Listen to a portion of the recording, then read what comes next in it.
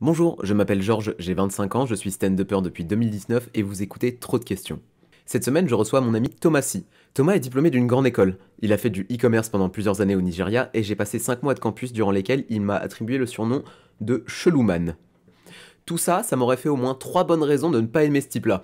Et j'ai essayé de pas l'aimer, mais il a des petits yeux de chaton malicieux, c'est très compliqué de pas ressentir de l'affection pour lui. Et il est fort le bougre. En plus de ça, ça se sent qu'il a étudié la fourberie en école de commerce. Parce qu'à la réécoute, je me suis rendu compte qu'il m'avait complètement retourné le cerveau en dirigeant mes questions contre moi et en prenant le contrôle de mon podcast. Mais le plus gros problème que j'ai avec lui, c'est qu'il est profondément gentil. Enfin, il est tellement gentil que je suis content qu'il soit riche. Genre, je suis fier d'avoir eu tout plein de petits moments de complicité avec lui, alors qu'on vient de milieux assez éloignés. Et je vous mets au défi de ne pas aimer cet être de lumière, et je vous souhaite une bonne écoute.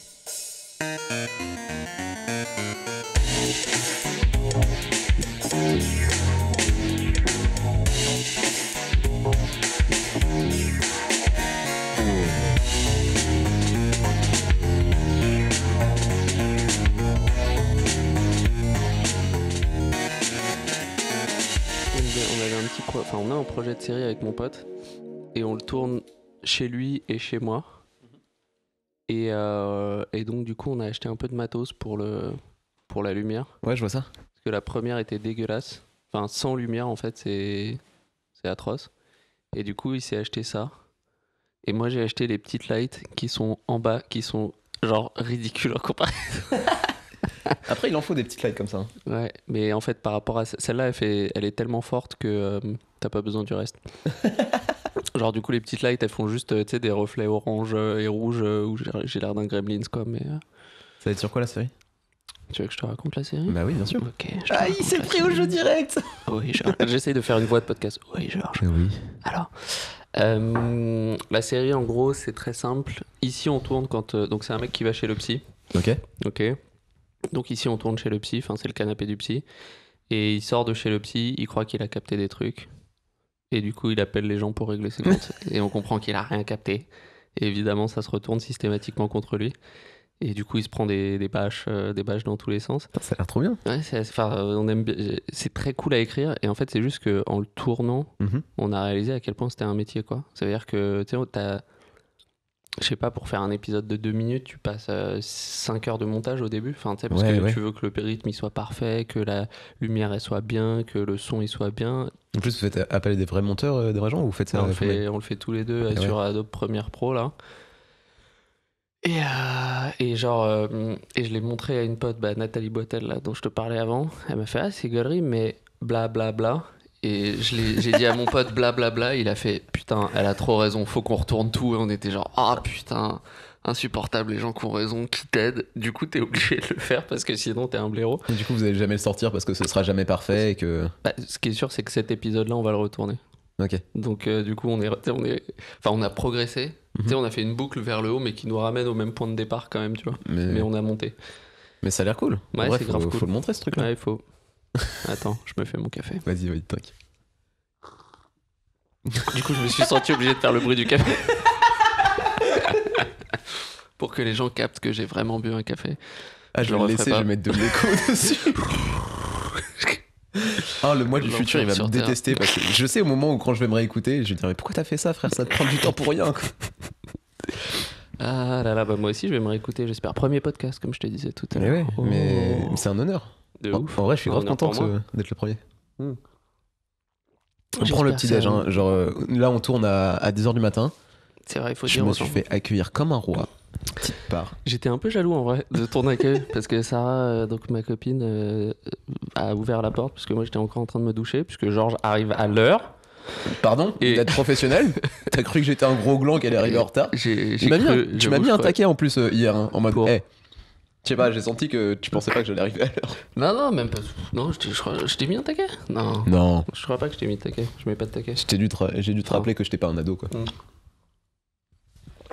Et donc là, ça va être chiant si on fait des insupportable. Les mecs en extra kiff. Ils font des bruits, genre. C'était. Bref. Donc voilà, écoute, petit projet. Et puis aussi, du coup, c'est pas tombé à l'eau, mais ça s'est pris un petit coup sur les délais, on va dire, parce que nouveau projet avec l'équipe du Barbès. Vas-y, raconte-moi un peu ce projet-là. Dont tu veux parler peut-être genre. Ouais, raconte-moi un peu comment t'as podcast. vécu le... C'est insupportable. Je sais pas combien de fois je vais le faire, mais j'adore. Vas-y. Bah écoute, donc pour expliquer aux gens, est-ce qu'il y a des gens qu'on ne connaît pas qui vont nous écouter, a priori? Moi, je vois vraiment ce podcast comme étant plus une archive, Ouais. tu vois. C'est le nouveau Café Holo 7. Le podcast référence sur le stand-up à Paris, pour Mais celles et ceux qui ne connaissent pas, mais en mieux.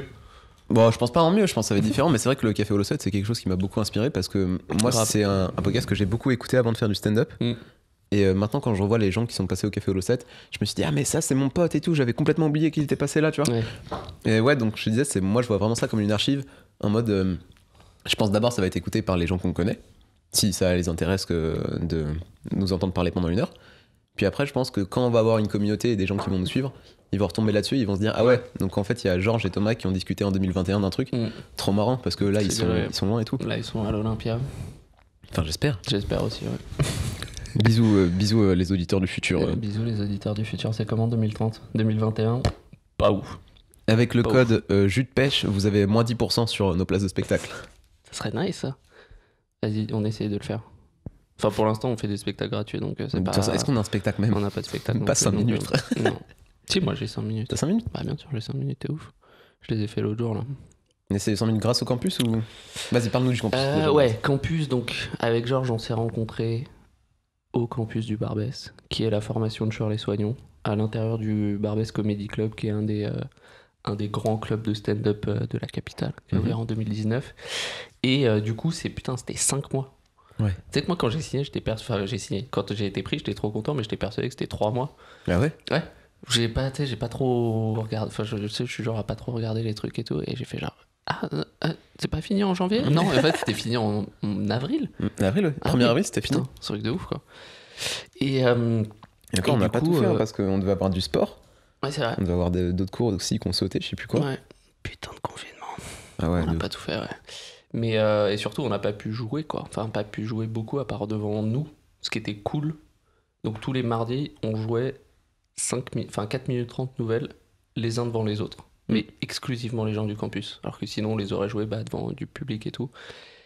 Et c'était un exercice de ouf. Mais c'était dur quoi, putain. Il a fallu se sortir quand même les tripes très très très fort. Parce que tu sais, au bout de 3 semaines, tu fais, bon bah là j'ai dit tout ce que j'avais à dire, je crois, sur la Terre en fait. Et il m'est rien arrivé d'autre dans ma vie. Et après, c'est là qu'il faut aller creuser, quoi. Mais c'était grave cool. Ouais, c'était ça qui est compliqué. Genre, moi, je garde quand même très bon souvenir du campus. Mine de rien, même si j'ai vécu des événements.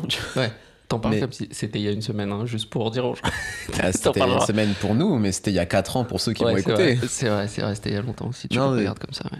Mais c'est vrai que c'était compliqué d'écrire, alors que tu vivais rien à côté. Vraiment, tu rentrais chez toi et il n'y avait pas de fête, pas de fun, quoi. C'était vraiment genre... Après, tu sais, c'est le truc que disait Shirley, c'est que, tu sais, si tu peux écrire sur les rideaux, en fait, hein. Ouais, c'est enfin, si vraiment, à un moment, tu te chauffes, tu peux écrire sur à peu près tout, tant que tu ressens quelque chose. Et en plus, toi, ça t'irait bien de parler des rideaux, je pense. Ah ouais? Ouais, c'est ouf.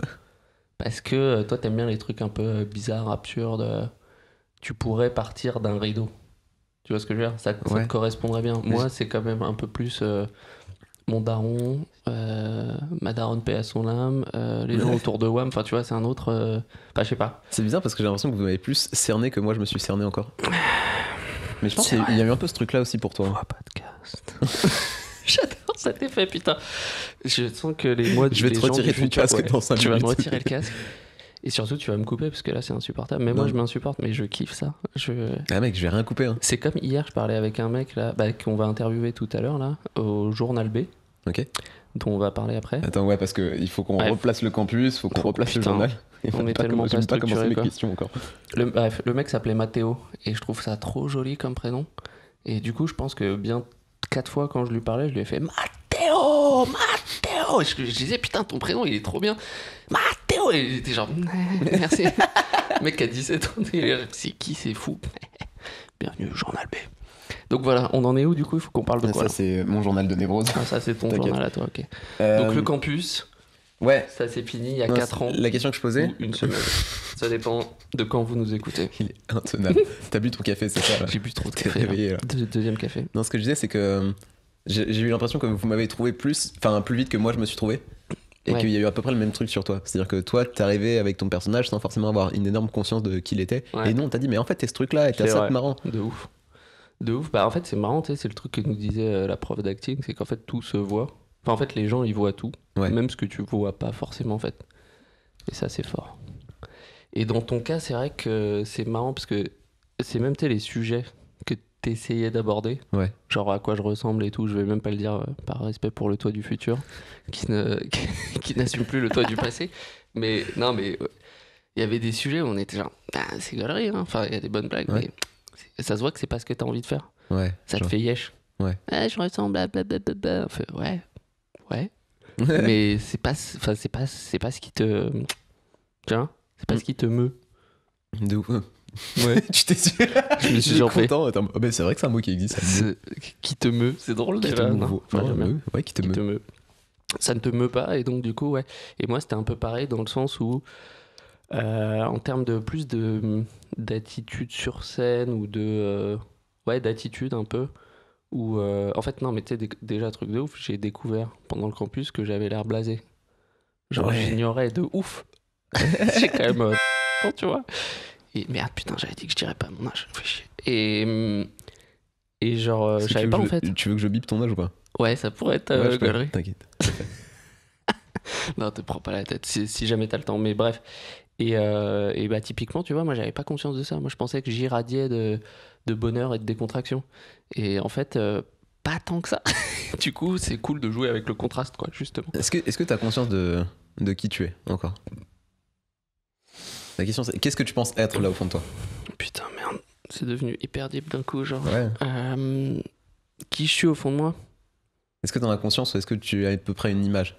Parce que tu me dis que tu découvres encore des trucs alors que t'avais ans. Ouais, de ouf. Est-ce que genre t'avais une image faussée de toi et que tu t'es redécouvert, ou est-ce que là t'as un peu plus conscience? Non, je pense que c'est juste un truc de... Ouais, donc moi, tu sais, j'ai quitté mon... En fait, j'ai fait du stand-up un peu par hasard il y a 2 ans. Enfin, je suis monté sur scène il y a 2 ans pour faire des discours de mariage. Au mariage de mon pote, un peu galerie. Du coup, j'ai un pote qui s'est marié 2 fois, ok, parce que, bref, je rentre pas dans les détails, surtout si, mais écoute... 2 fois avec la même personne? Avec la même personne, parce que les familles n'étaient pas complètement d'accord sur la taille de la fête, le nombre d'invités, nanana. Du coup, il y a eu 2 fêtes, et j'ai fait un discours en français et un discours en anglais. Et du coup, devant des salles où je connaissais 10 personnes sur 150, tu vois, un truc comme ça. Et les 2 fois, honnêtement, c'est mes 2 meilleures scènes. Déjà, c'est un peu triste en soi. Mais de ouf, parce que, genre, c'était pas en applause, mais les gens, ils rigolaient trop fort. Après, ils sont venus me voir, ils disaient, putain, mais c'était trop drôle ton discours, c'était un truc de ouf et tout. Et dans la salle, il y avait un pote qui est le patron du Motel, qui est un bar du 11e arrondissement, très cool. Et il me fait, ouais, on va faire une soirée stand-up, ça te tente de venir? Et moi, je fais genre, bah ouais. Et du coup, 2 mois après, je passe.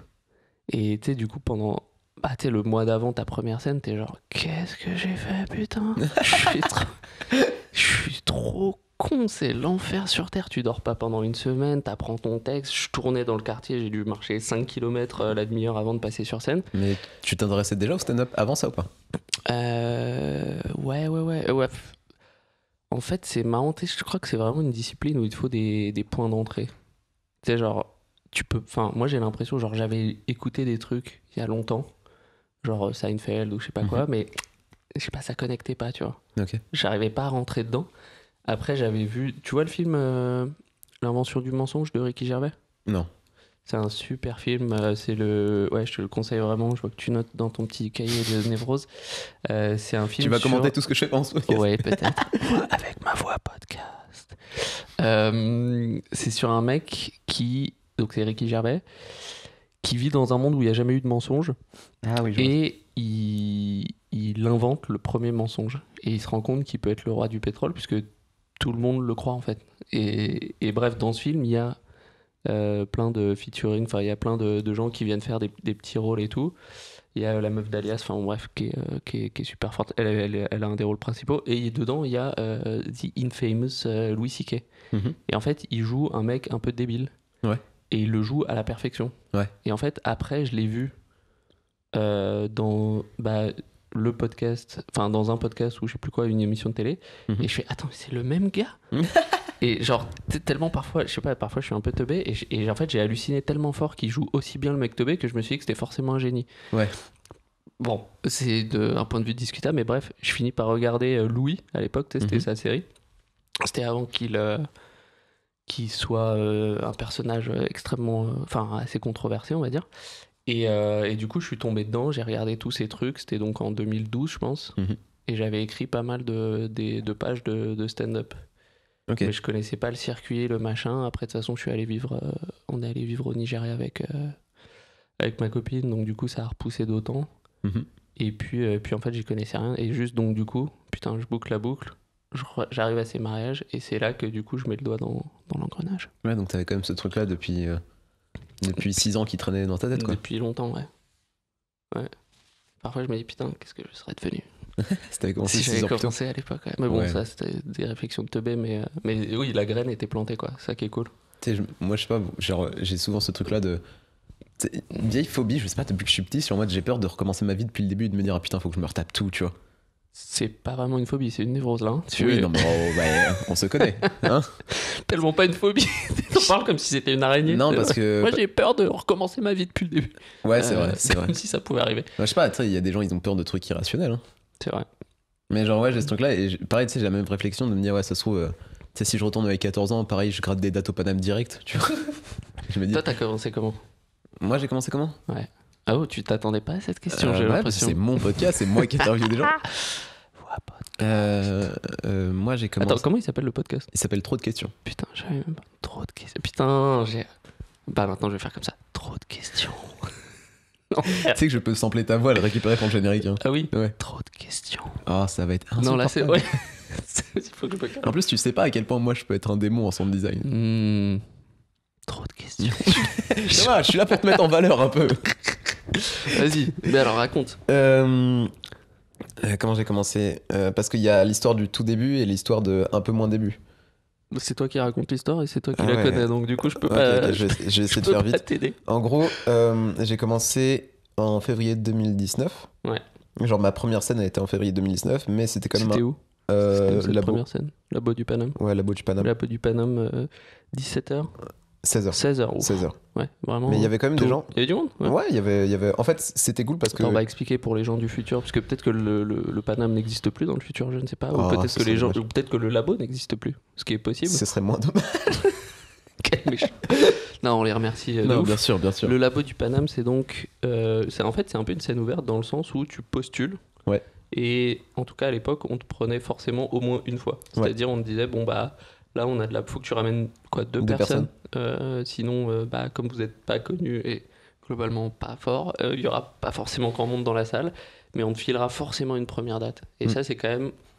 moi, quand je m'y suis mis, là, l'année dernière, c'est là que j'ai refait ma première scène, du coup. Ouais. Et c'est quand même frais, quoi. Enfin, dans l'esprit, c'est hyper sympa, quoi. Et moi, la chance que j'ai eue, c'est qu'à ma première scène, c'est comme ça tombait pendant les vacances. Ouais. Genre, que c'était un mercredi. Ouais. Et j'ai eu une sortie de lycéen. Ok, cool. Du coup, il y avait au moins une dizaine de personnes dans la salle. Nice.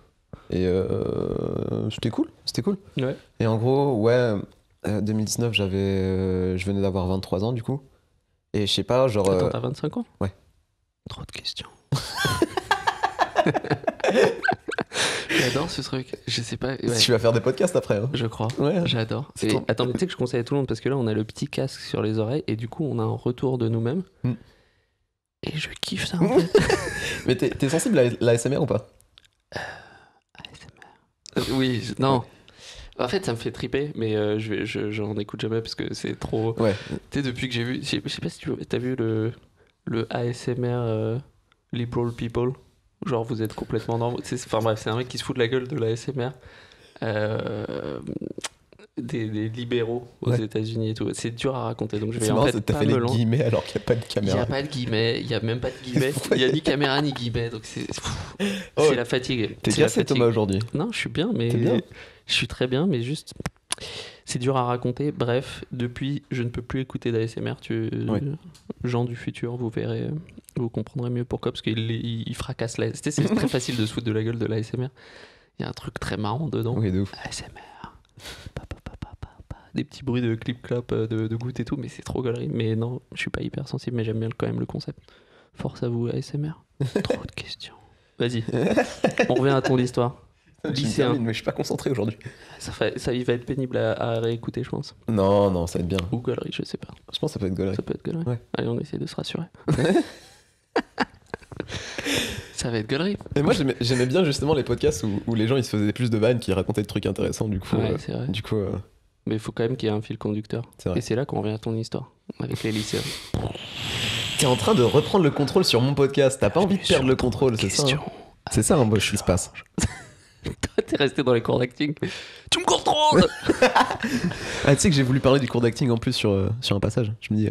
Alors, le cours d'acting, pour ceux qui n'y étaient pas, On a fait que commencer des histoires qui ne sont pas allées jusqu'au bout. Parce qu'à la base, on devait parler du journal, on devait parler du campus, on a fait genre 2 minutes. Alors, okay, cours d'acting, je finis juste ça. Tu fais cours d'acting. Messner, en fait, c'est on se met tous les deux, on se regarde dans les yeux et je commence par dire des choses que je remarque sur toi. Et toi, tu répètes ce que je vois sur toi. Par exemple, tu as un t-shirt avec écrit Paris dessus, les Roller Girls. Toi, tu le répètes. Et au fur et à mesure, je suis censé connecter par l'intermédiaire des yeux, grâce auxquels on se regarde, à ton âme, et je commence à aller de plus en plus loin. À mon âme, carrément. Ouais, mais truc de ouf, il y avait des gens qui se sont mis à pleurer. Oui. Pendant les cours d'acting, juste suite à ce truc-là, parce qu'à un moment, tu commences à rentrer dans l'émotion, en fait, et l'émotionnel de l'autre. Et un des grands trucs, c'était t'essayes de me contrôler, parce que les gens, ils sont assez réticents quand même à ce qu'on rentre dans leur psyché. Et donc, un des trucs qu'elle disait tout le temps quand on le faisait avec elle, la prof, c'était tu me contrôles, t'essayes de me contrôler, j'essaye de te contrôler, t'essayes de me contrôler. Et c'était très très bizarre. Je conseille d'aller voir des vidéos sur YouTube de la méthode Messner, c'est assez incroyable à voir. C'est dingo. Et si vous pouvez le vivre, c'est assez ouf aussi. Ouais. Et attends, il sera diffusé sur quoi? Trop de questions.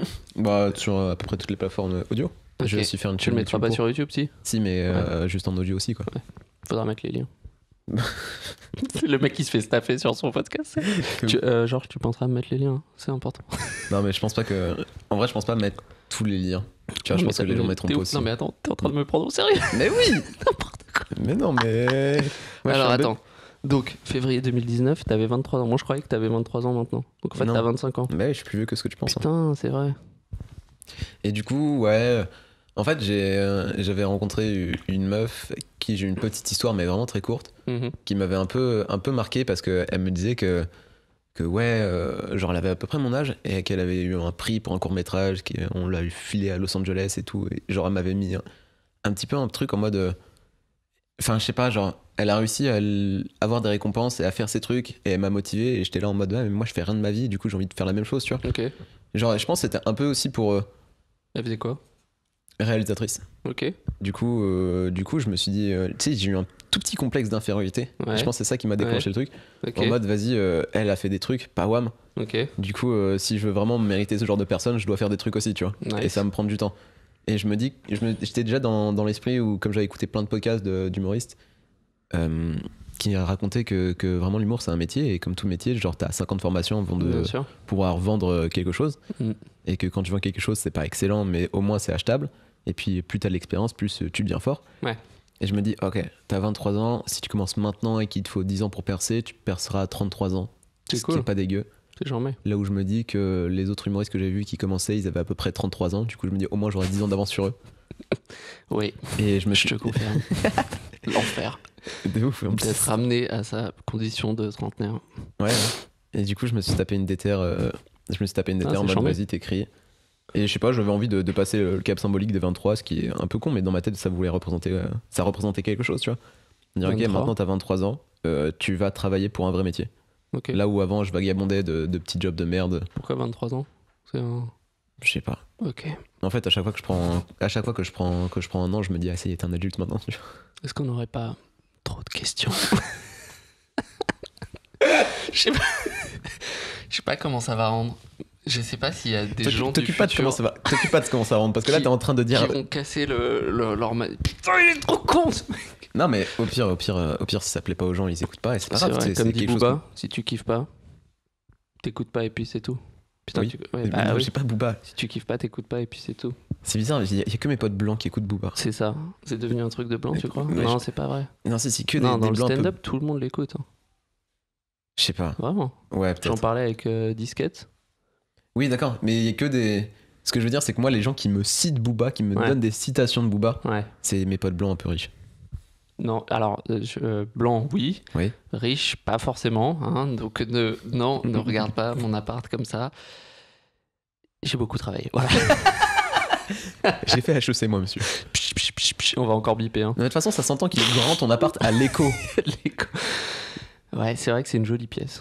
Ouais, c'est une jolie pièce. Je suis très heureux d'être ici avec... Non, mais Sartec, en vrai. Ouais, c'est cool. C'est cool. Bah, tu vois, 12 ans de taf, puis ça, puis la démission.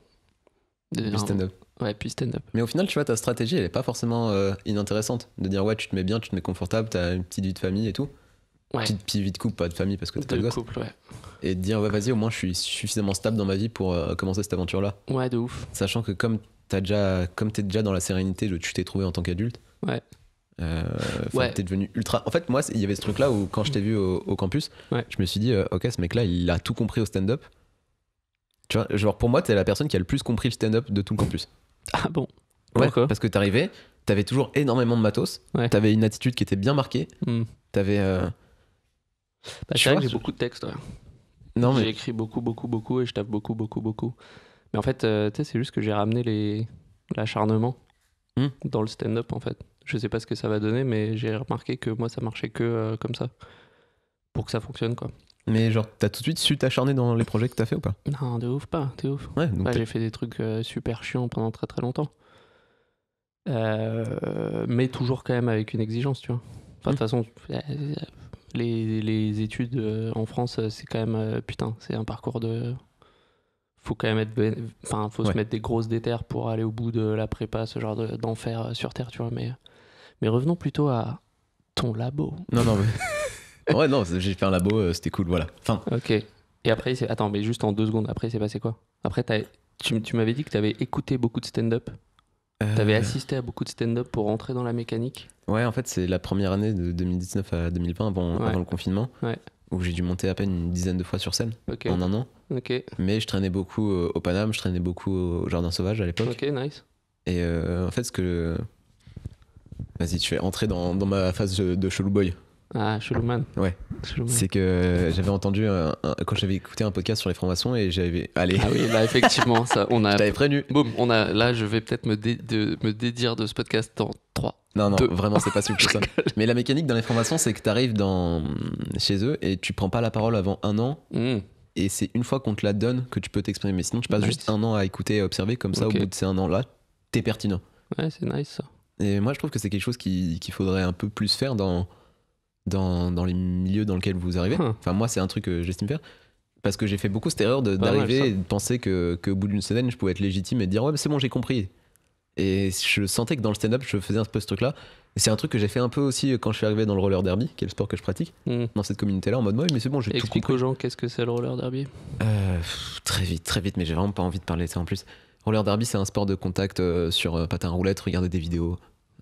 C'est assez violent. C'est assez violent, mais c'est plus genre il y a toute une communauté qui est portée par différentes luttes. Et moi je suis arrivé. Il y a même pas de. C'est pas comme du hockey, il y a pas de. Non. C'est juste du contact. Ouais. C'est quand même très galerie. Ouais, mais en fait c'est plus historiquement. Attends, comment tu marques des points en fait? En fait, pour marquer des points, il faut que l'attaquant fasse des tours en plus sur les défenseurs, parce que c'est sur une piste ovale. Ok, nice. Donc en soi, il y a pas ce délire de tu dois ramener un objet vers un autre endroit. Là, c'est vraiment genre si tu fais un tour de plus, tu marques 1 point. Ouais. Ça me rappelle le foot australien. C'est le truc où il n'y a pas de règles et c'est des terrains ovales non, c'est par aussi. contre, il y a 90 pages de règles. Oui, non, bien sûr, il y a des règles, mais dans le sens où oui, c'est très mal formulé. Dans le sens où les contacts n'entraînent pas nécessairement de faute. Ah oui. Voire pas du tout. T'as le droit de sauter et de mettre un high kick dans le nez de ton adversaire, quoi. C'est assez.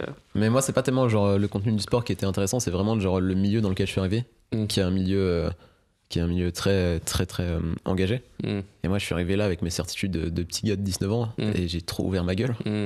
Et les gens ont vite commencé à me détester. Ouais. J'avais une très mauvaise réputation au début. Ouais. Et je sentais que dans le stand-up, je recommençais à faire ce truc-là, mais j'en étais pas au même point, tu vois. J'ai fait t'as cette mécanique-là de Georges qui pense beaucoup trop savoir, du coup, j'ai fait ok. Tu vas passer plus un an. T'as pris 1 an. Ouais, Et t'écrivais pendant ce temps-là ou juste tu réfléchissais sans doute? J'écrivais, mais le truc c'est que si j'écris et que je sais pas où je vais, j'écris de la merde. Du coup, j'ai beaucoup de cahiers de merde. Tu vois, et genre même aujourd'hui, j'ai pas encore trouvé mes vrais sujets parce que justement là, je commence à enfin comprendre comment avoir un bon delivery, comment genre avoir une bonne attitude sur scène. Et D'ailleurs, ta dernière scène là, à laquelle j'ai eu la chance d'assister, ouais. De ce point de vue-là, c'était une des meilleures que je t'ai vu faire du coup sur les 6 derniers mois. Ouais. Parce qu'en fait, t'as pris ton temps. Tu t'es pas, ce que disait Zach, qui était un autre gars du campus, tu t'es pas jugé. Et t'es allé au bout de tes délires. Et c'était grave cool à voir. Ouais. C'est genre, mais parce que il va se passer ce qui va se passer. Mais parce que j'ai mis et je mets énormément de temps avant de comprendre les conseils qu'on me donne. Tu vois. Et là en fait j'ai compris genre une semaine après la fin du campus, c'est-à-dire là il y a 2-3 jours, genre en mode ah putain mais c'est ça qu'il faut que je fasse quoi. Donc là tu veux dire que dans 2 semaines tu vas comprendre ce qu'on t'a dit il y a 4 mois. Ouais, et ça va se décaler. C'est possible. Et dans 5 mois tu vas me dire putain j'ai compris ton dernier conseil. Mais d'accord. Mais je sens que c'est comme ça que je progresse, c'est que j'ai beaucoup de phases de stagnation parce que je suis beaucoup là à intérioriser et à un moment j'ai un déclic et je fais pouf et les gens me voient pas genre arriver au stade plus haut. Mais c'est assez compliqué à vivre. Mais de ouf. Mais je sais que je fonctionne comme ça, du coup je suis facilement tendance à m'accepter. C'est cool de se dire que tu te laisses le temps qu'il faut pour que ça marche et pour progresser surtout. Enfin, tu vois, le but c'est d'être le plus fort et après il se passe ce qui se passe avec le monde, l'univers, le karma, je sais pas quoi, tu vois. Mais parce que justement pendant les 1 an où j'ai observé le stand-up, j'ai vu pas mal de gens qui y allaient trop vite, qui disent ouais c'est bon j'ai ma demi-heure, c'est bon j'ai mon spectacle alors que ça faisait 6 mois. Je me suis dit ok et c'est des gens qui sont pas forts, tu vois, des gens qui ont un vrai level, mais je me dis ok c'est un spectacle maintenant, qu'est-ce que tu vas offrir au monde dans 10 ans, tu vois. Ouais. Oui, non mais de toute façon c'est un luxe. Après je pense que il y a aussi un piège là-dedans, c'est de se dire tu sais quoi, j'ai le temps, ça pourrait être, je pense pas du tout que ce soit ton cas, mais ça pourrait être un piège de se dire tu sais quoi, j'ai le temps, alors que tu vois, évidemment on a toujours le temps, mais c'est cool aussi de se sentir progresser, de se dire putain il se passe des trucs quoi, c'est hyper gratifiant aussi, tu vois, parce que c'est quand même un métier vachement qui fonctionne par un peu cooptation, tu vois, c'est-à-dire j'ai vu que t'étais fort ou que t'étais forte, donc du coup tu vas venir jouer ici, et puis du coup on va parler de toi, et puis à des tout petites échelles au début, et puis un jour peut-être à une plus grande échelle, tu vois. Ouais, en fait cool. Moi dans ma tête je me dis pas que j'ai le temps, je me dis que je veux prendre le temps. Je veux prendre le temps de faire les choses bien, tu vois. Nice. Et je sais que dans ce temps-là je vais mettre beaucoup d'introspection, ça va être beaucoup d'observation, beaucoup de culture aussi, parce que j'essaie vraiment de regarder beaucoup de stand-up pour essayer d'arriver. En fait pour moi c'est ma manière à moi de respecter la discipline et de me dire voilà, si je suis là et que je monte sur scène, c'est que j'ai cette légitimité là, parce que j'ai vraiment dédié une grosse partie de mes journées, de ma vie quoi. C'est qui ton stand-upper ou ta stand-uppeuse préférée? J'en ai plein. Je sais que mon spectacle préféré c'est Douglas d'Anna Gatsby. Anna Gatsby. La suite de qui est une suite, oui, parce qu'elle en parle la suite. Beaucoup. Mais celui d'après, pardon. Et je trouve que c'est le spectacle qui m'a fait le plus gaulerie. Ok.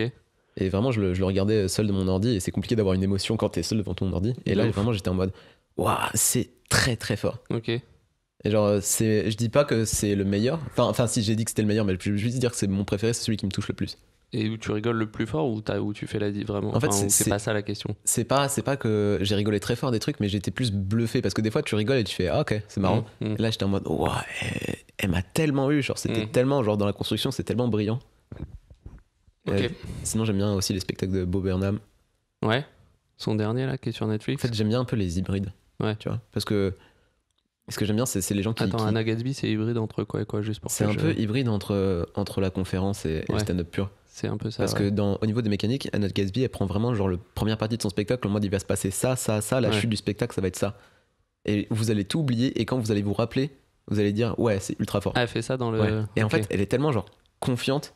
Non, ça va se passer comme ça, je vais vous avoir. Et elle nous a, et je fais en mode bah ouais, écoute, championne, qu'est-ce que tu veux que je te dise. Ouais, donc toi t'aimes bien les hybrides. Ok, c'est intéressant. Oui, parce que Bo Burnham, donc il alterne du chant. C'est une vraie performance quoi. Parce que t'as le truc dans les hybrides où tu peux, enfin moi j'aime bien être surpris et j'aime pas les trucs qui sont très très convenus, et justement comme c'est hybride ça peut partir dans n'importe quel sens, et du coup je sais pas à quoi m'attendre, et là j'ai vraiment l'impression de vivre un spectacle parce que je devine pas les trucs qui vont se passer en avance quoi. C'est pas très codifié, c'est pas très carré. Intéressant. Moi je suis très puriste pour le coup. Ouais, j'aime bien les trucs où c'est genre c'est quoi tes références à toi? Écoute, moi j'aime bien Richard Pryor quand même, hein. Il me fait quand même bien halluciner tellement 40 ans après, donc c'est un stand-upper américain. Son Live on Sunset Strip je crois, et le Live in Concert, c'est quand même 2 références absolues. Le gars il sait tout faire, enfin, c'est bluffant. George Carlin aussi, là, je me suis remis un peu sur les conseils de Shirley, donc qui l'admire, je pense, beaucoup, enfin, qui trouve vraiment que c'est un des plus forts. Et c'est vrai que c'est assez ouf. En fait, j'ai remarqué un truc, il arrive sur scène, donc le public est toujours en folie, il a fait des specials pendant presque 30 ans de suite, en fait. Il en a fait 14 pour HBO. Il arrive, le public est en fusion, et il arrive toujours avec une énorme punch qui remet le building à l'envers. Et après, pendant 1 heure, il a un petit côté un peu angry, tu vois, genre, mais ça marche, quoi. C'est une démonstration de force, George Carlin. Ça marche de ouf. Et après, plus proche de nous, moi maintenant, c'est pas maintenant, mais je trouve, en France, tu vois, Blanche, quand même, je trouve qu'elle a mis une claque un peu à tout le monde, tu vois, qu'on soit d'accord, pas d'accord. Et en fait, ce qui est fort, c'est qu'elle sait que les gens sont pas d'accord avec ce qu'elle dit. Genre dans le dernier, là, tu sais, où elle a une robe bleue, je crois, c'est quoi, je parle Bonne Nuit Blanche. Ouais, Bonne Nuit Blanche. Elle joue avec le fait qu'elle sait qu'elle dit des trucs abusés de ouf. Et elle fait, mais vous allez quand même rire. Et c'est moi toute seule. Tu sais, il y a ce côté, genre, moi contre le monde un peu, tu vois, que je trouve assez ouf. Est-ce que stand-upper, c'est pas beaucoup, genre, moi contre le monde? Il y a une connivence quand même, forcément. Enfin, tu sais, il y a un dosage, quoi, je pense. Il y a un truc de. T'es quand même obligé de créer un lien avec le public, donc c'est pas moi contre vous, mais c'est quand même mon point de vue. Enfin, tu sais, je pense qu'il y a un équilibre à trouver entre les deux. Elle, clairement, elle pousse, je trouve, la balance très très loin sur. Même les gens qui m'aiment bien, je vais dire des trucs où ils seront pas d'accord, ils seront pas contents, et ils vont quand même tous rigoler. Et tu fais genre, oh, ok. Et c'est cette relation-là que tu essayes d'avoir avec le public? Je sais pas, moi c'est plus. Comment t'as envie que le public te voit? Moi c'est plus. Attends, je finis juste. Okay. Shirley. Shirley et Tania Dutel, avec qui on passe beaucoup de temps. Je suis de plus en plus aussi imprégné, on va dire, de leur manière de voir, leur manière de faire et tout ça. Et puis je sais pas qui d'autre, mais ça fait déjà pas mal, je crois. Ouais. C'est assez cool. Non, et Guillermo Guise, il me fait quand même bien marrer. Et j'aime bien sa vibe. Et puis historiquement, quand même, Louis C.K., il a débloqué pas mal de trucs sur ses spectacles de, je sais pas, 2007 à 2012 ou 2014, je sais pas. C'était quand même très, très, très, très, très impressionnant. Mais après, bon, tu sais, tous les stand-uppers de 30 ans, c'est leur référence. Donc c'est un peu. C'est presque galvaudé, tu vois. Mais puis je sais pas, après, il y a des trucs. Michel Wolf, j'ai trouvé que son dernier spectacle, il était assez ouf. Genre vraiment ouf, quoi. Que des punchs, pas de gras. Impressionnant, quoi. Vraiment impressionnant. Mais ouais, c'est des trucs un peu plus classiques, entre guillemets. Enfin, tu vois, c'est vraiment du stand-up. Enfin, bref, de toute façon, il n'y a pas vraiment de définition, donc on s'en fout. Mais c'est pas des mecs qui se mettent à chanter, je sais pas, à partir dans les airs ou je sais pas quoi. T'as vu le spectacle d'Éric André ou pas? Non, je l'ai pas vu. Tu vas détester. Ah oui? Pourquoi? Parce qu'il chante, il danse? Non, c'est. Tu vois qui c'est, Éric André ou pas? Ouais, je vois. C'est son personnage sur scène. Ouais. Genre, ça part dans tous les sens, ça va très très loin. Genre. Ouais. Et non, moi j'aime beaucoup, mais je sais que toi tu vas peut-être en mode. Il y a moyen, je sais pas. Mais je serais curieux de voir tes pensées là-dessus. Adam Sandler, il fait un spectacle entier où il chante. Je sais pas si t'as vu. Ouais. Son dernier truc. Et à un moment, il y a un mec qui arrive déguisé en cosmonaute qui descend du ciel. Tu fais, non, mais les gars, là, ça suffit. C'est quoi ça? Vas-y, remettre ça. Faut arrêter le truc. Du coup, ton image à celle du public. Ma question, c'était comment tu veux que le public te voit? Enfin, comment tu penses qu'il te voit et comment tu veux qu'il te voit? Je sais pas, tu sais, moi je pense que l'ambition c'est vraiment que les gens ils se sentent mieux à la sortie qu'au début. De faire expulser des trucs. Moi j'aime bien aller sur des sujets qui chatouillent un peu, globalement. Un peu des. Ouais, pas des sujets forcément compliqués, mais des trucs qui chatouillent un petit peu. Et d'expulser des trucs qui sont peut-être un peu durs, quoi. Bah, des sujets pas forcément. Allez, voilà. Il refait. Qu'est-ce qu'il fait? Il mange une babka délicieuse. Babka de Mamiche, si c'est encore ouvert dans le futur, allez-y. Ouais, c'est délicieux. Non, ouais, moi, en fait, j'en sais rien, c'est quoi? Réponds toi-même à ta question. Mais non, mais c'est. Trop de questions. Quel enfoiré. Écoute, non, ouais, je sais pas. Comment dire? Non, ouais, moi, j'aime bien aller sur des sujets un peu qui chatouillent, vraiment. Les sujets un peu compliqués. C'est ça qui, moi, me fait rire. Les sentiments un peu compliqués. Après, comme toujours, le but, c'est quand même que les gens... Enfin, il faut éviter les prises d'otages. Et ça, c'est le grand... apprentissage quand tu vois beaucoup de micros ouverts, donc les micros où n'importe qui peut se pointer, c'est que tu vois un nombre de prises d'otages complètement insensé. Donc c'est des gens qui arrivent sur scène et qui disent des choses plus ou moins horribles et où ça crée une énorme gêne. Et tu sens que tout le public est genre et ça dure que 3 minutes en général, mais c'est 3 minutes qui te paraissent absolument ressenti 4 semaines quoi. Fini quoi. Et vraiment tu vieillis quoi. T'es genre pars vite. Et du coup quand t'en as vu beaucoup, tu sais que ça peut exister et qu'il faut faire quand même un peu attention, parce que c'est un truc où il n'y a pas de... Le stand-up t'arrive, il n'y a pas de 4e mur, donc on est vraiment dans une relation assez forte en fait avec la personne qui est sur scène. Et donc du coup, si cette personne fait une prise d'otage, c'est l'enfer sur terre quoi. Donc moi quand même, je me mets toujours dans un coin de ma tête, genre non, va pas non plus, tu sais, genre fais attention quand même, parce que le but c'est pas de dire des trucs abusés, le but c'est juste pour moi d'aller sur des sujets qui sont drôles parce qu'ils sont pas forcément faciles. Pour l'instant c'est ça un peu mon truc, donc c'est pour ça que je parle. Cette envie de chatouiller? Ah, je sais pas, c'est juste que c'est ça qui me fait marrer. Quand moi, tu sais, c'est un truc, je pense, c'est à quoi toi t'es sensible. Ok. Moi, je suis assez sensible, ouais, à la mise à nu qui va avec, tu vois, tous les gens que j'ai cités là, de Richard Pryor à Blanche Gardin, en passant par Eddie Izzard que j'ai pas cité, qui est aussi quand même une putain de pointure. Tu vois, il y a un panel hyper large.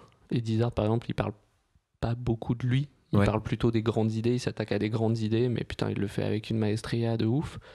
Et à côté de ça, t'as des gens qui vont être plus introspectifs et plus à se dévoiler et tout. Moi, je trouve quand même que le truc, le stand-up, il permet d'aller plus loin dans ça. Dans l'introspection ou dans le... Dans le fait de se regarder, de s'observer et de se dire, tiens, c'est marrant ce sentiment... Est-ce qu'on a déjà mis des mots dessus, tu vois ce que je veux dire? Ouais, je vois. Et ça pour moi, c'est le truc le plus fort. Et évidemment, il faut être maxi gaulerie, parce que le but, c'est pas... Enfin, pour moi en tout cas, tu me parlais de Anna Gatsby tout à l'heure. Moi, j'avais vu Nanette, c'est genre bluffant de... Putain, waouh, là, elle dévoile des trucs, tu fais genre, waouh, ok. Mais de temps en temps, tu te dis, attends, ça fait combien de temps que j'ai pas rigolé là? C'est genre, tu vois ce que je veux dire? Bien sûr. Et du coup, moi, je suis assez attaché à cet équilibre-là aussi, tu vois. Ok. Tig Notaro, je sais pas, elle avait fait un truc sur quand elle avait un cancer là. Ouais. Et tu sais, c'est vraiment un peu le fantasme du stand-upper. T'as l'impression qu'elle arrive sur scène et elle balance ce qu'elle a sur le cœur, qui limite elle l'a pas préparé. Et c'est son meilleur spectacle. Enfin, tu sais, c'est un truc de ouf, ça a changé sa vie et tout. Mais putain, tu l'écoutes, c'est archi drôle quoi. Est-ce qu'on est en train de jalouser les gens qui ont des cancers? Non, quand même pas, mais disons que si c'était le prix à payer. Non, mais c'est juste que c'est exceptionnel de voir ça en fait. Enfin, t'as l'impression d'être dans un film quoi. Elle arrive, elle fait 35 minutes, elle retourne la salle, les gens ils pleurent de rire, ils pleurent d'émotion, et à la fin ça change sa vie. Enfin, de toute façon, il n'y a que les Caraïbes qui peuvent faire des trucs pareils. Nous, on peut pas. Mais pourquoi ça te fait rire quand on aborde des sujets qui sont un peu tendus? Je sais pas. Ouais, je pense que le rire, c'est un moyen de casser la tension, beaucoup. Enfin, tu sais, c'est souvent comme ça, quoi. Il y a une tension qui s'installe et tu la casses avec du rire. Donc, pour moi, de ce point de vue-là, c'est un truc fantastique parce que ça te fait du bien déjà. Et donc, du coup, ça te permet d'expulser. Ok. Et je pense que de ce point de vue-là, c'est un peu intestable, quoi. Donc, t'as envie de permettre aux gens d'expulser un peu leur tension, quoi. Ouais, je pense. Ou les miennes, à minima, mais ouais.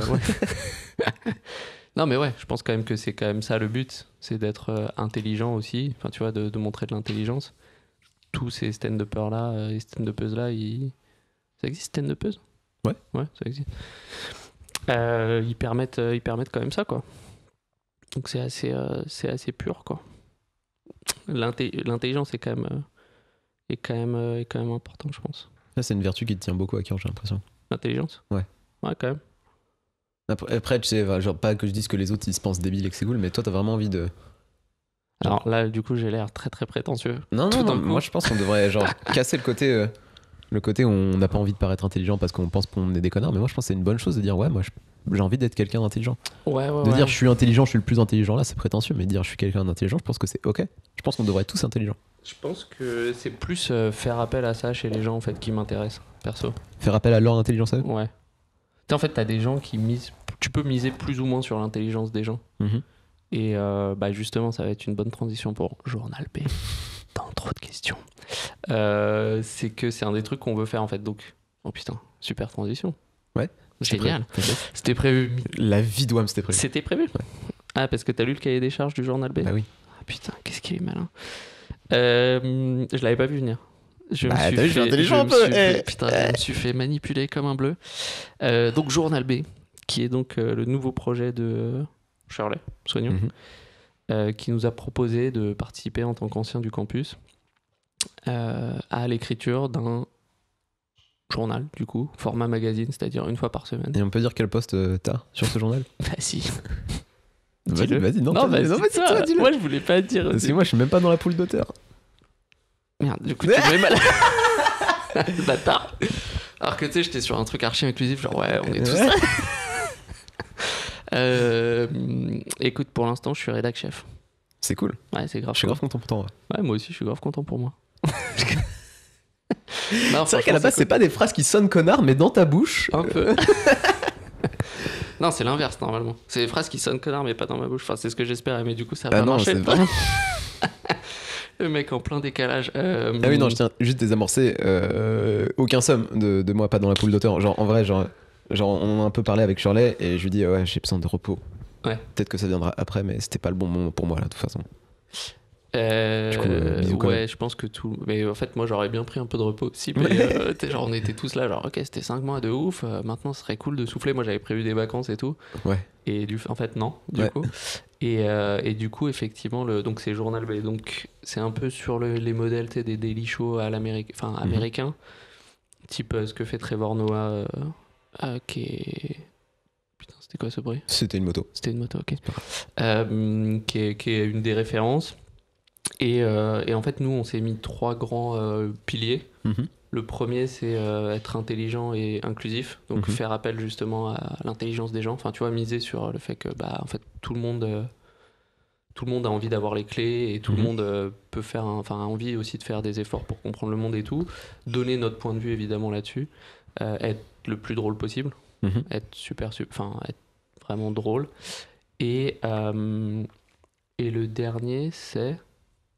Georges. Ah non, dis-moi, c'est toi le rédac chef. Hein.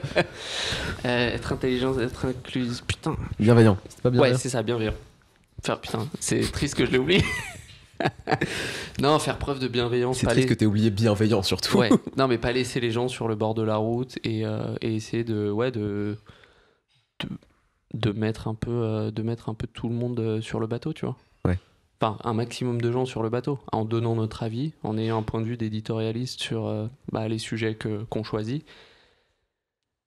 Mais ouais, en remettant de la bienveillance, parce que c'est vrai que quand tu regardes les chaînes d'infos et tout, c'est quand même un peu brutal, quoi. Enfin, ça peut, c'est un peu dur quand tu regardes les chaînes d'infos, quoi. C'est vrai. Il y a des bruits. C'est ta copine qui est en train de... Non, faut pas le dire. Ouais, ok, merde. Du coup, tu sais, ça fait en plus genre... c'est les 2 gars qui sont dans le salon, genre ouais, non, c'est ma copine. Non, d'habitude, je le fais. Hein. Je te jure. On est vraiment sur une répartition C'est marrant parce que tu te défends alors que personne t'a attaqué. 50, c'est vraiment, t'as imaginé les attaques. Bien sûr, immédiatement. C'est mon côté parano. Ça te fait peur, ça, ou pas? De quoi? Je sais pas, les attaques qu'on pourrait... Genre qu'on pense que t'as des pensées qui sont pas les tiennes, finalement. Ou des comportements qui sont pas les tiens. Ou que je sais pas, en fait, je me dis que moi, j'y aurais pensé. Donc, du coup, tu vois ce que je veux dire? J'y aurais forcément pensé dans un endroit. Donc voilà, écoute, Journal B, quoi. Et en fait, on tourne la première, là, dans... quelques heures. 5-6 heures, là. Stress? Doublement, parce que... Enfin, non, pas... Déjà, c'est cool et tout, le projet, il est charmé, j'espère que ça va durer très très longtemps. C'était une semaine juste assez intense, donc c'est juste de l'excitation, t'as envie de voir comment ça va sortir. Donc c'est Tania qui va présenter, c'est le pilote, donc il y a un petit peu moins de pression dans le sens où c'est le pilote, quoi, on teste des trucs encore. Ça va être chambé, mais bon, on s'est quand même un peu arraché pour sortir des blagues, des points de vue, des éditos, des avis qu'on espère qui vont faire mouche. Et en plus, je fais une chronique dedans. La chronique, ça me vénère. Ok. Parce que personne n'a envoyé ce texte, et moi j'en avais un, et j'ai fait bah ok, j'ai un texte. Est-ce que tu peux parler un peu du format, de comment ça va être diffusé? Ouais, écoute, donc ça va faire entre 25 et une demi-heure, je pense, ça dépendra un tout petit peu des éditions. Il y aura une partie Actu Flash, où on fait des espèces de one-line, des blagues un peu brèves. Ensuite, on va traiter entre 4 et 6 sujets par semaine. On aura un invité étudiant ou étudiante. Ok, cool. Ouais, parce que c'est cool de mettre en avant l'énergie qu'ils ont à offrir et tout. Donc c'est un axe important. Ensuite, une chronique Sam Vénère. Donc un peu billet d'humeur, mais qui peut être, c'est pas obligé d'être vraiment vénère, tu vois. C'est juste, ça me vénère, les lacets. J'en sais rien, tu pourrais très bien faire ça par exemple. C'est un tu qui voulait dire Georges ou c'est un tu en mode. C'est tu, Georges, ouais, tu pourrais. Je l'ai senti. Ça pourrait être gaulerie, quoi. Ça me vénère les roulements crypto sur les rollers parce que tout le monde croit que c'est les meilleurs roulements, mais en fait c'est vraiment de la grosse merde. Les crypto impulses sont bien meilleurs. un truc. Il a les blazes. Ouais, je me souviens des crypto impulses. C'est remonté de très très loin. Mais ça pourrait être ça, tu vois. Ok. Et un petit mot de la fin où on essaye de mettre le journal en perspective pour les gens qui ont bien voulu l'écouter.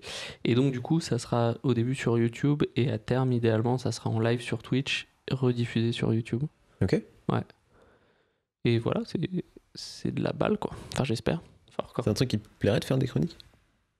Je sais pas. Qu'est-ce que tu dois faire après le projet du journal? Bah franchement, du stand-up, hein, ça serait quand même assez cool. Hein. Ça serait cool de pouvoir en faire un jour, en fait, vu que genre, j'ai lâché mon taf en février, je leur ai dit que c'était fini, février 2020, donc vraiment littéralement 2 semaines avant le confinement.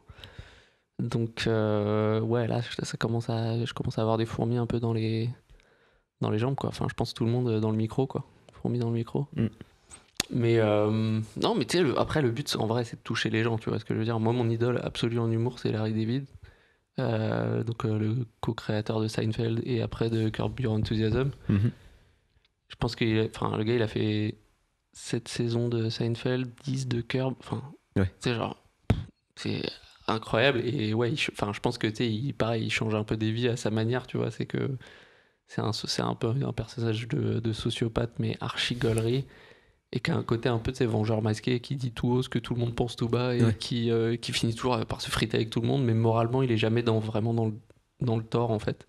Ouais, tu vois, il a une ligne de crête où en fait il dit des trucs abusés, mais où moralement il est jamais vraiment en tort. Et c'est ça qui est intéressant en fait. Et t'as envie de reproduire cette mécanique-là sur scène? Non, ça c'était juste pour dire que lui c'est un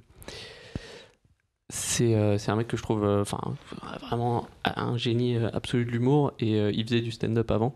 Et après tu vois et après il a fait Seinfeld, après il a fait Curb, mais genre il s'est pas fermé à des modes et à des supports ou à des trucs, tu vois, et heureusement pour tout le monde, quoi.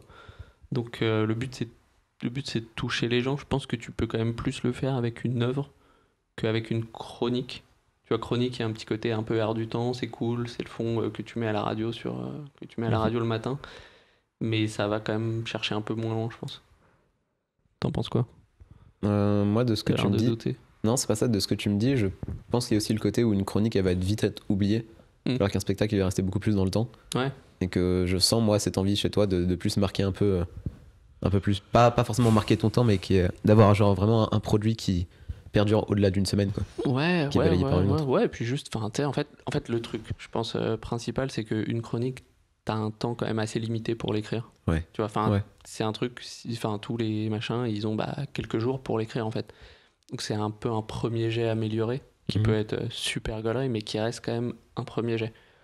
Alors qu'un spectacle ou un machin, potentiellement, tu mets 2 ans, 3 ans, 4 ans, 5 ans pour l'écrire.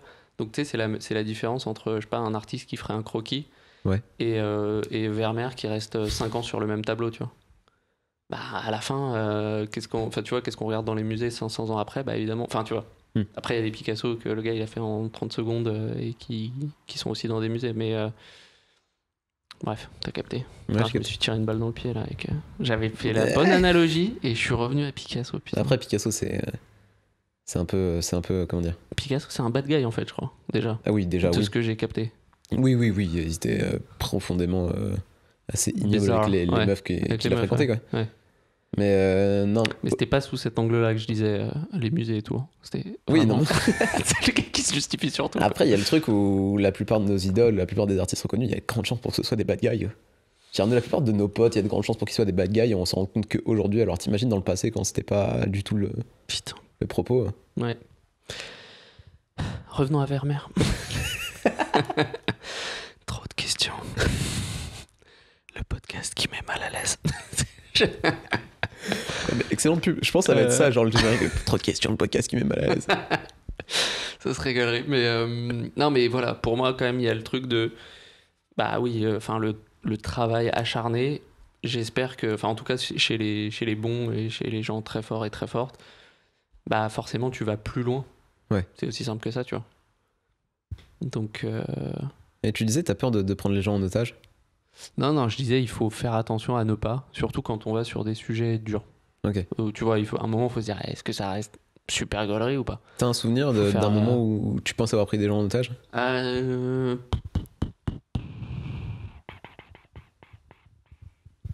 Non, non, pas trop. En revanche, je sais que parfois, j'étais là à raconter des trucs sur WAM et j'étais genre, ok, ça rigole pas. Bon.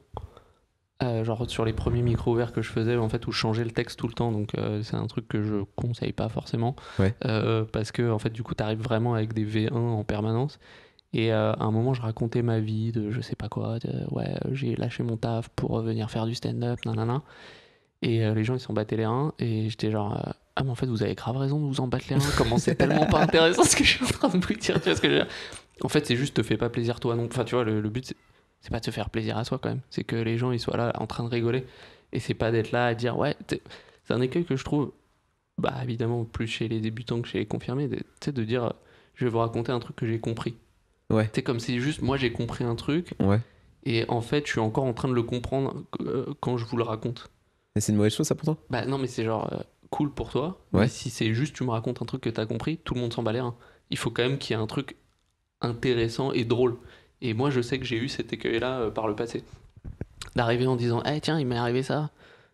Ouais. Et les gens, c'était genre, ouais, cool pour toi. Mais il y a quoi pour nous là-dedans, en fait ? Et ils ont raison. Enfin, tu vois, il y a quand même un contrat moral et social très très fort sur le stand-up. C'est tu montes sur scène, je t'écoute, ce qui est déjà un truc de ouf. Ouais. D'écouter quelqu'un. Et d'être silencieux pour écouter quelqu'un, tu vois. C'est un truc qui arrive assez rarement dans la société. Tout le monde a envie de piailler un peu en permanence. Le contrat moral, du coup, enfin social ou je sais pas, c'est que tu vas me faire gaulerie. Ouais, tu vois ce que je veux dire ? Pour moi, c'est un contrat qui est simple et qui est super cool. Est-ce que t'as les techniques d'écriture ? Genre peut-être pour justement garder ce côté de je dois intéresser les gens, est-ce que t'as des astuces, est-ce que t'as des mécaniques ? Par exemple, je sais dans Comedy Bible que je vois sur l'étagère là-bas, qu'il y a tout un passage sur comment transformer une histoire que t'as vécue en expérience universelle. De dire, tu vois, au lieu de dire bah moi j'ai vécu une rupture qui était un peu particulière, tu vas dire bah vous savez quand on vit une rupture un peu particulière, tu vois, de ramener tout le monde à une histoire que toi t'as vécue mais en parlant. Écoute, déjà force et respect à tous les humoristes de tous les podcasts qui lâchent tous leurs secrets d'écriture. Franchement, merci les amis parce que vous nous avez été bien utiles. Moi, je crois pas que j'ai un secret. Je crois juste que... en fait, j'en sais rien. Je te dis honnêtement, je sais pas trop parce que déjà avec le campus, j'ai remis pas mal de mes textes en question. Okay. Et je les ai beaucoup changés. Attends. Putain, c'est un long silence, mais... T'inquiète. On peut laisser des silences, c'est pas grave. Ouais. Non, moi, le truc que j'ai compris là dans un des livres que tu vois sur l'étagère, là, je crois que c'est Comic Insights. C'est que des entretiens avec une longue introduction au début où le gars il dit essayez de comprendre qu'est-ce qui est intrinsèquement drôle chez vous. C'est-à-dire tout le monde a un truc en soi, une manière d'être drôle. Ouais. Découvre-la. Déjà, si t'essayes d'être comique, enfin professionnel, je veux dire, c'est que t'as ce truc quand même en toi. Enfin, au moins, t'as confiance en toi sur le fait que tu l'as. Et essaye de le développer et de le muscler, en fait. Ce truc qui est vraiment drôle. Ta manière à toi d'être drôle. Et essaye de trouver cette veine-là et de pas faire des trucs qui sont. Tu sais, genre trop. Bah, comme on parlait un peu de toi au début, tu vois. Où il y avait des sujets où on sentait que c'était. Ah, c'est pas vers ça que t'as envie de tendre, tu vois ce que je veux dire. Bah, juste n'y va pas, en fait. Est-ce que toi, t'as trouvé ta manière d'être drôle ou t'es encore en recherche? Moi, c'est. En fait, je remarque les textes qui marchent le mieux. Mais genre, enfin, ils marchent beaucoup mieux que les autres. Et c'est quand il y a deux trucs en général. Il y a deux composantes. La première, c'est que ça part d'un truc affectif assez fort. Donc il y en a un sur mon daron qui marche, que tu avais vu une partie qui marche pas mal. Un autre sur ma daronne qui marche pas mal pour l'instant en tout cas. Donc il y a un truc quand même assez fort, tu vois, émotionnellement, je pense. Et après, il y a dire ouais, des trucs un peu que plein de gens pensent, mais c'est dur à dire, tu vois, en public. C'est-à-dire de dire un peu je sais pas, d'aller gratter, ce que je te disais, les sujets qui chatouillent, les tabous, ce genre de trucs, tu vois. Moi, c'est ces deux trucs-là. Il y a une composante émotionnelle forte. Et dire des trucs où tout le monde fait genre oh le bâtard, il a dit ça, c'est oh là là, mais il est ouf ce gars. Mais en restant cool, tu vois. Donc moi c'est ces deux trucs là que en tout cas là depuis quelques mois j'essaye de creuser et tout. Et du coup en fait à l'inverse, et je finis et après je prends ta question. T'inquiète. En revanche je trouve que les trucs sur les grandes idées, je suis pas, ça marche moins. Quand je pars, je sais pas, sur des grands sujets. Mais tu penses que c'est parce que ça te correspond pas que ça marche moins, ou est-ce que tu as pas trouvé ta manière de l'aborder, ce truc-là? C'est sans doute un peu des deux, hein. Enfin peut-être plus du deuxième, mais après c'est pas dit que je réussisse forcément, tu vois. Ouais, ça te plairait de parler de grandes idées? Ouais, mais en fait je crois que partir d'un truc émotionnellement plus fort. Enfin, en fait, c'est un peu ce qu'on a vu avec Charlie et tout, tu sais, c'est que quand même les gens ils réagissent, enfin ils connectent quand ils sentent que t'es dans une forme de sincérité et de vérité. Là je fais des guillemets, donc je le dis, parce que voilà, c'est évidemment une notion un peu chelou, mais il faut qu'il y ait cette sincérité là, tu vois, pour vraiment que les gens y connectent. Et du coup, il y a des manières d'y arriver, enfin chacun a sa manière d'y arriver, mais en tout cas moi je remarque que sur ces sujets là ça connecte mieux, et donc du coup et en fait, ce qui est cool, c'est qu'une fois que ça connecte mieux, tu peux rajouter des punchs de plus en plus fortes. Et c'est ça qui est beau, en fait. Là, je regardais mes premiers enregistrements sur le texte que j'ai joué la dernière fois, là, à la fin du campus. C'était, les idées fortes, elles étaient déjà là, les piliers, vraiment, les trucs. Ils étaient solides, enfin, ils étaient bien, quoi. Dès le premier ou deuxième, il y avait des trucs où tu faisais ah putain, ça, franchement, c'est pas mal, ça fonctionne un peu. Mais après, tu rebosses. Tu arrives 6 mois après, même si on n'a pas beaucoup joué, mais avec quand même pas mal de taf, tu rajoutes des punchs, et là vraiment tu peux faire sauter la salle, quoi. Et ça c'est un truc magnifique, quoi. Est-ce que t'as pas peur justement t'as une mécanique qui marche, tu vois, et que de finir par devenir plus une caricature de cette mécanique là, et de pas aller chercher dans ce que toi t'as envie de faire?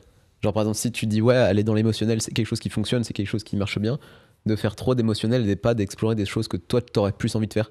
C'est pour ça que le journal B, enfin journal B plutôt, parce qu'on a enlevé le sera journal B, ça sera cool pour ça en fait, parce que c'est à mi-chemin entre c'est des éditos un peu chroniques, mais sur des sujets d'actu. Donc du coup ça va nous forcer à creuser des idées et à les traiter dans le temps. C'est ça qui est cool, c'est qu'à l'inverse d'une chronique d'actu pure où tu le fais une fois et après, enfin, je caricature un peu, mais voilà, t'as fait ton truc.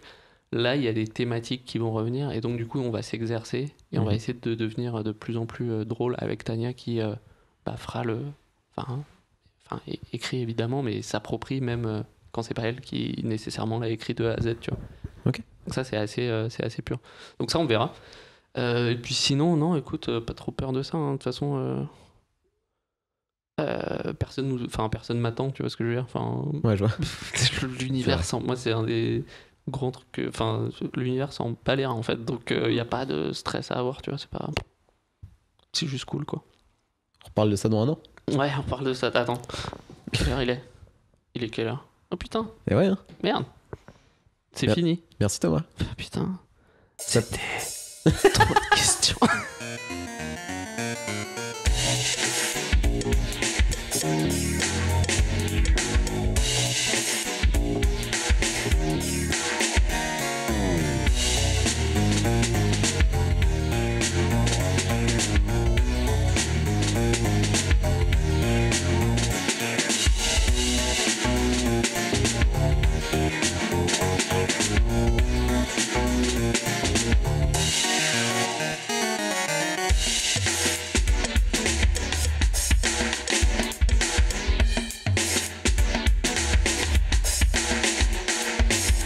Un immense merci à vous d'avoir écouté ce podcast. Merci à Monsieur Marvel d'avoir fait les visuels et merci à Bardan Irving d'avoir composé le générique.